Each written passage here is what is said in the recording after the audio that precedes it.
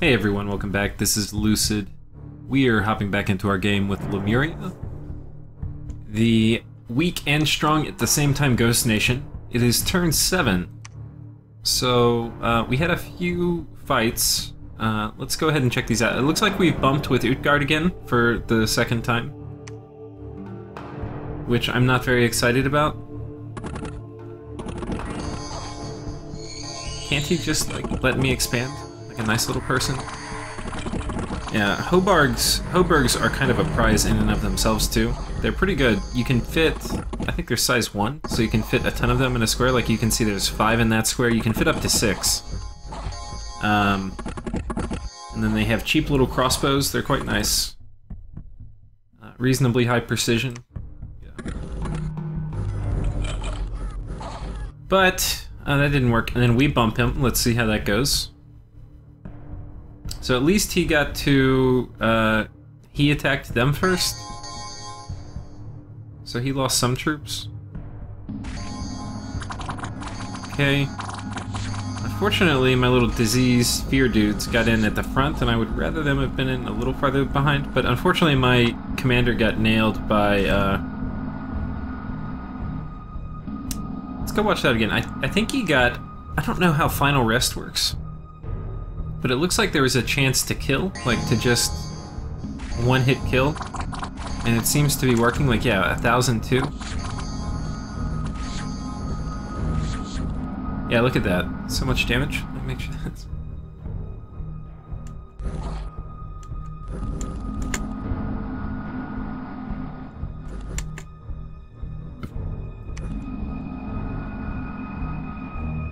Yeah. So that is insta-killed. So that's kind of strong, actually. If you have thoughts of thugging against that, that would be pretty scary. So one of the ways you'll build Lemuria sometimes is to rely on console thugs. But you can see just a few guys spamming that. You only have to get hit really once with it to die. So that's unfortunate. Definitely did some work there. It totally wrecked my my Centurion. So, anyway, lesson learned. We managed to kill 2 Huskarls, so not really very efficient. But we routed back into our own territory. Let's check out the retreat details. 10 of them made it back? Okay. So, it looks like from this side we are pinned into the island. This is our battle in the mountains. This should be pretty easy. It's kind of a bunch of crap here. So... yeah.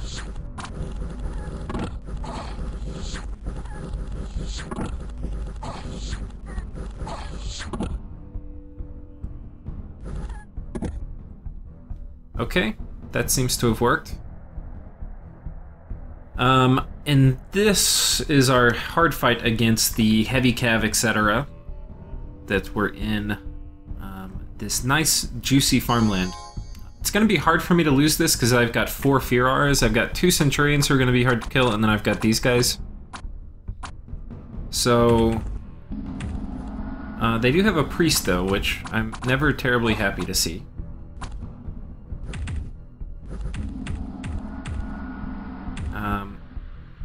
We should be getting some Fear procs soon. We have 4 Fear Auras in here, so if we just kind of look around... Morale 10, morale 10, okay.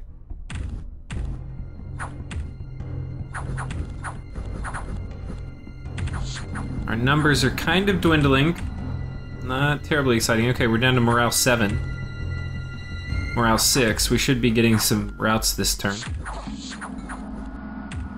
For those of you who don't know how fear works, it's an important mechanic with Lemuria especially, but it's an important mechanic in Dominions. So how fear works is every round, you can't see it, but there's an invisible aura around the fear guys, and it reduces morale if it hits you, if that aura is in your tile. The higher your fear score, the bigger the aura. And it can only reduce in Dominions 5, it can only reduce your morale 5 below its base, or have like a -5 penalty. And then every time you take damage, your morale checks against, I think it's like 12, or I can't remember. There's like a dice roll And that part's complicated. I don't know exactly what determines what the dice roll is, because it affects a bunch of things, like how many units are in your squad and other stuff. But there's a morale check, and if you fail that morale check, then your units are going to rout. So the fear gets your morale low, and then when your morale is low, you're more likely to fail a morale check. And I think in Dominions 4, I'm not sure, that fear in and of itself may have caused morale checks, but I may be wrong. I don't remember. Okay, and these guys are going to rout any second. I think we just have to... Okay, they're probably going to rout soon. Do we get a damage check? I mean, a morale check? Come on, guys. Okay, there we go. And then they rout. So, we took all these provinces except for our bump. We have an event in Lemuria, so we have 15 income. Quite nice. And this type of income should persist even when my population is 0. So that's quite nice. I have 15 income for the rest of the game. And then we have this event. Itimu, the Wraith Lord, has appeared at the gates of my fortified city and wants to fight for my cause. Itimu is a Wraith Lord who once lived in the land of the Sarumancers. He learned their secrets and used them to establish a kingdom of terror in a distant land. He himself became... he gave himself the title of Priest King and made his people worship him as a god. Itimu used his dark powers to summon black servants to aid him. The temples, towers, and palaces were all filled with walking shades.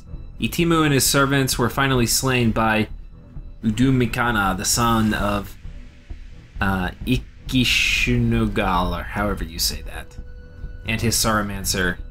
His blighted kingdom is still known as the Shaded Lands. Itimu was given further power and immortality by the king of the underworld. He rides a horrible, flayed, spectral horse into battle.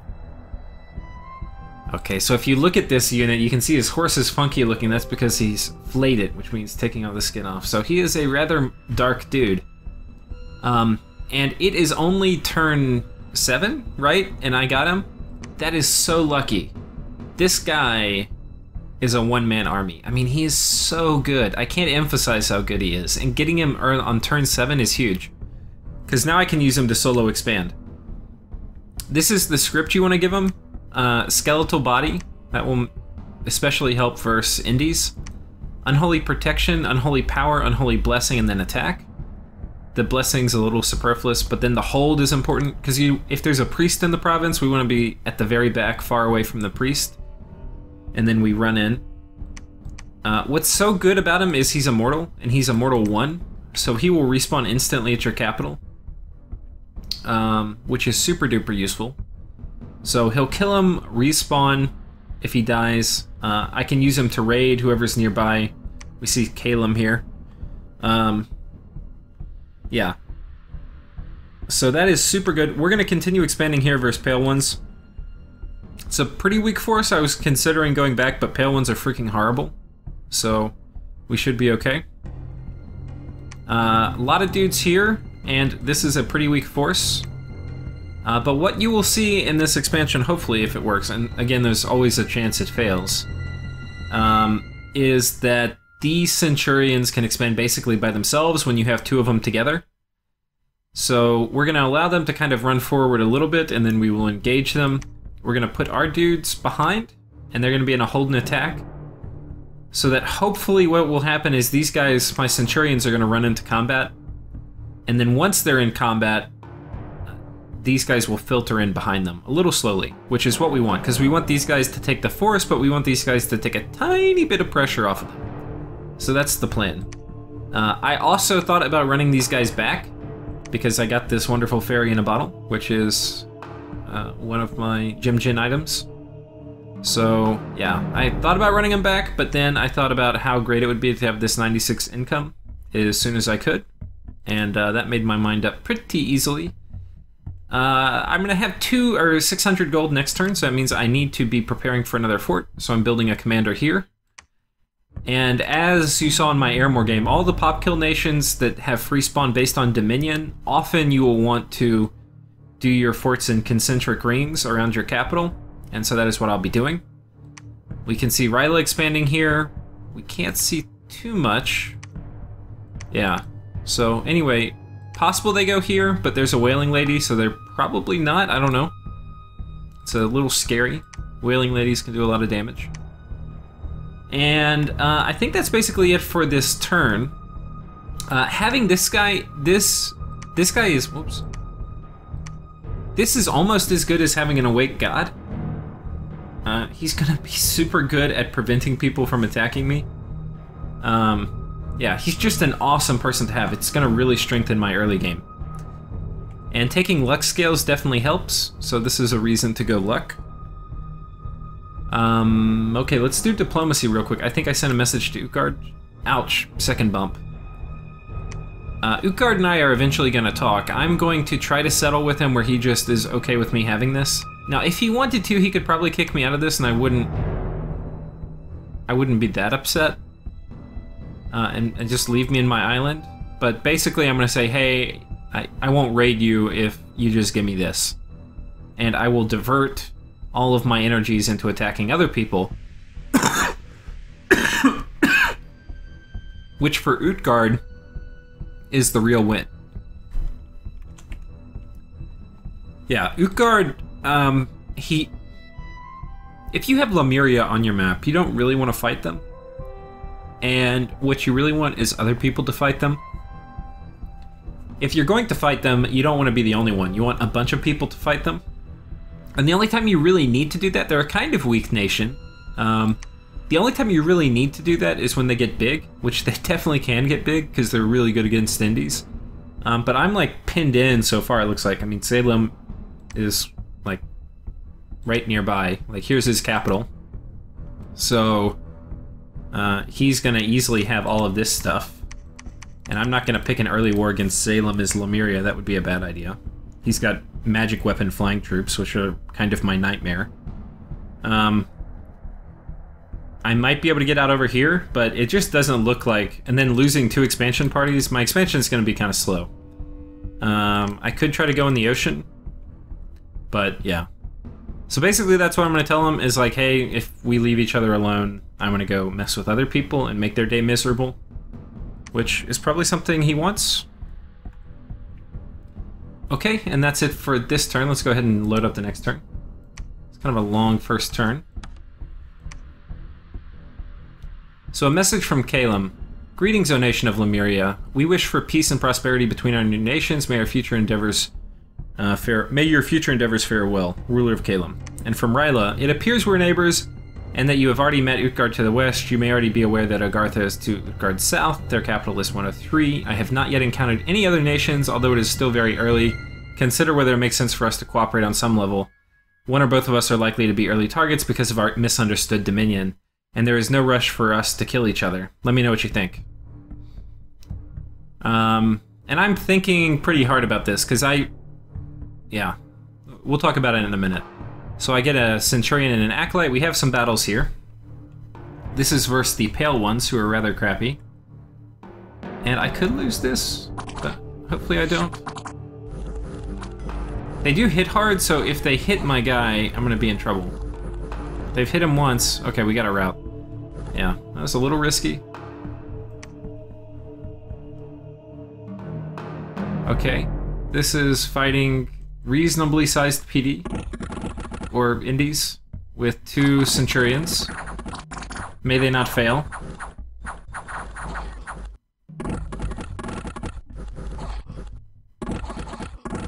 Okay, we should be getting routes on these guys.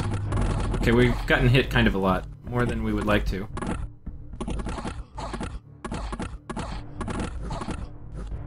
Okay, and we got the route. It's not pretty, but I will take it.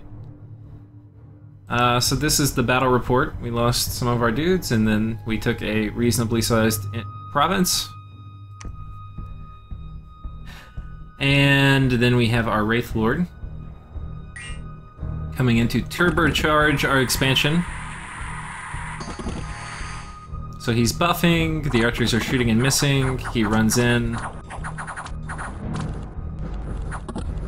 Yeah. Prepare to die, mortals. And yeah. Do we get a route? We got a route. Alright, who's next? And we can see he's rather quick on his little horse. His combat move is, or his combat speed is 34, which is very fast. And he has a little Bane Blade, so they decay as he hits them. There we go, that guy popped from decay. Cannot complain there. And then we have a battle here. Okay, these are cavemen. These are kind of like pale ones, except they're good. What's funny, and I hope they fix it at some point, is while these units are very tough to attack into, they have the worst PD in the game. So it's kind of like you take it and then you wish you hadn't. And anyway, we took that. So, hey, we had 4 expansions this turn. Things are starting to kind of look up. We got a madman. I'm not sure if I really want him. And we have a famous hero. Heroic quickness. How about that? Okay, he got diseased, which doesn't matter. But he got heroic quickness, which does matter a whole lot. So his combat speed goes up. Now when you get a heroic quickness, it increases your combat speed. So it makes you move faster, attack more in battle. And that's kind of the best ability to have on this guy by a good long ways. He's going to be an absolute little murder machine. He doesn't get fatigue, more fatigue from it, which you normally would. So I am super happy with that. We're going to come and attack here. Now, arguably, I don't know if I'll be able to hit. This is risky. That one Centurion isn't really enough. We need more. I could have probably done this. Because if I did this, I would cordon off this, but then I would slow my expansion down here. You know, I could also go here. I do want this province. I don't know who's here, and I might bump. But if he dies, it's not really a big deal. This was probably kind of a bad move, going for this. I need to get out of my freaking little box. Because right now, what's probably going to happen, hopefully I can get these, but I need to get out of my box. I don't know if I will. If I can't, then basically I'm going to have to attack these guys. So what I'm doing is, he's got a big mass of troops here, which could be to take this, but it could also be to attack me. Like if he has a scout here and he sees my fort going up, I've got 1 month left. So what I've done is I've put, and usually you don't want to do PDs Lemuria, but I put a fair amount of PD in this province because it's good PD. And then I'm bringing in basically all the troops I can muster right here to defend. Now meanwhile I'm also putting up a temple because I will have a fort next turn, which means, you know, temple plus fort equals more free spawn. And then I'm still doing 6 PD in all my provinces, but this is kind of the play for this turn. I'm moving all my guys here in case he does attack me. I may also attack him, because right now it's looking like I'm probably going to be pinned in. If I can get out this way and have some expansion, I probably won't attack him. But yeah, we'll see. This scout's going to move here. We're going to put up a fort in our cap ring first. This will probably be the next fort, because this one's coming up. I've got 4 months left on it. So that's good, and then we see the island. We've got some Bloodhenge druids, which that usually means there's like dark vines and blood slaves, and they can cast agony and stuff. So not super excited about going up here, but we probably will. And I think that is it for this turn. Let's go ahead and pull up the next turn. I could probably do one more this episode, so we're not going to get through that many. Please turn 9. Message from Utguard. 3rd time's a charm. Asking if we'll bump again. We don't have anywhere else to bump, but yeah. So, oh wait, let me go back and let's check if I did any diplomacy. I do want to clue you guys in on my diplomacy, but okay. So here's the message we sent to Utguard: we will content ourselves to no further land on the peninsula, and concern ourselves with being a cancer on the other side of the map. So basically I was saying, yeah, it looks like I lost our bumps. I will be content with no more land than just this, and I will just be a cancer over here, which is usually what you want to hear if you're bordering a small Lemuria. Then, turn 9.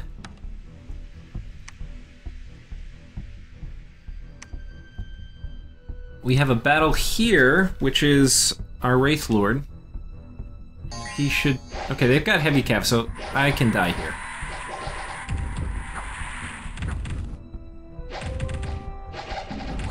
I can also not die here, which is kind of the outcome I would prefer. Boom, boom. Get wrecked, kiddos. Look at that. This is why this guy is the shit. Can you imagine having him raid your province every turn? Makes attacking me very unappetizing. Okay, so it looks like we have bumped with Ryla. And he's expanding using what you would normally think of as a rainbow pretender. He's got some very basic gear, an enchanted helmet, enchanted ring mail, and an enchanted shield, giving him quite high protection. Quite high protection, 15 and 13, that's not bad. And then the shield, and then he's got a life drain by default. So this is kind of cool. If you want to play Ryla, I've never thought about using this guy as an Awake Expander / Rainbow Mage, but he kind of is. So that's pretty cool. What is also cool is he's Astral, which means I can magic duel him with my Pretender once my Pretender comes out, because my Pretender is immortal and his isn't. So I think I have the same or higher Astral than him. So yeah, that's pretty cool. In terms of his Bless, he's got magic weapons, decay weapons, undying, affliction resistance. Interesting. Yeah. It's funny he took blood. It looks like he is going to try to break into blood.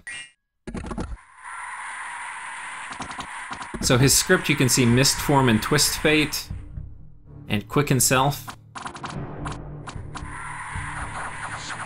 Did he do Iron Skin? No, I don't think he has that yet. Or Stone Skin? But with the Quicken Self, it's actually, that's pretty damn useful, because he's got Life Drain, so he's doing 2 Life Drain attacks around. So he's going to be super fatigue neutral. Yeah, that's actually super viable in terms of an Awake Expander. I really like this this build. You know, traditionally with Riley, if you want to do an Awake, you'll do like an Earth Serpent or something, but this guy is pretty awesome. I'm kind of wishing... I'm playing a game as Ime Riley, I'm kind of wishing I picked that dude up instead of my Earth Snake, but...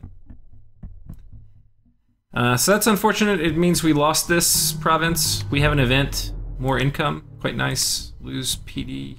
Okay. We got attacked, but we held them off. And then there's a construction on the Palisades. It's completed. So this Palisades is up, and he did not attack me. He moved up here. And it looks like he probably lost some units, because this was like 100 something, and now it's not. I'm guessing the Wailing Lady did some work there. Okay. Now, we could go expand this way. But here's what I'm thinking. I've got this guy who's got decay weapons. And we'll have a pretty good shot at killing this dude. He does have magic weapons, which means he will go through Ethereal.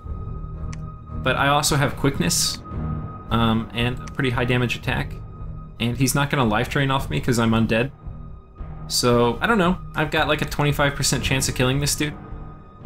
And I'd like to do it. And I know when my Pretender gets online, I can crush this dude, and then his Bless will be gone. And then he's going to be a shitty pop kill nation with a Dead Awake Pretender.